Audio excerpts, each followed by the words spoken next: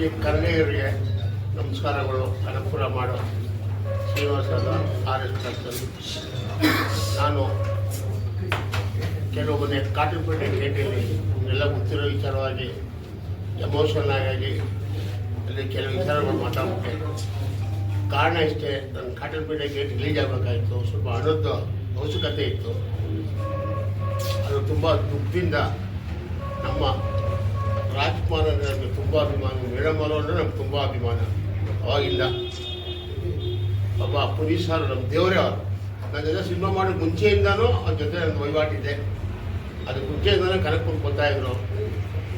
ಏನೋ ಮೊನ್ನೆ ಕಾಟನ್ಪೇಟೆ ಗೇಟಲ್ಲಿ ಒಂದು ಮಯೂರ ಅಂತ ಪಿಕ್ಚರ್ ಓಪನ್ ಮಾಡಿದ್ದೆ. ಅದು ಸಿನಿಮಾ ಆಗಿಲ್ಲ. ಕಾರಣಾಂತರದಿಂದ ದೇವ್ರನ್ನ ನನ್ನ ದುಡ್ಗೋಸ್ಕರ ತಗೊಂಡ್ಬಿಟ್ರೆ ಅಂತ ಹೇಳಿದೆ.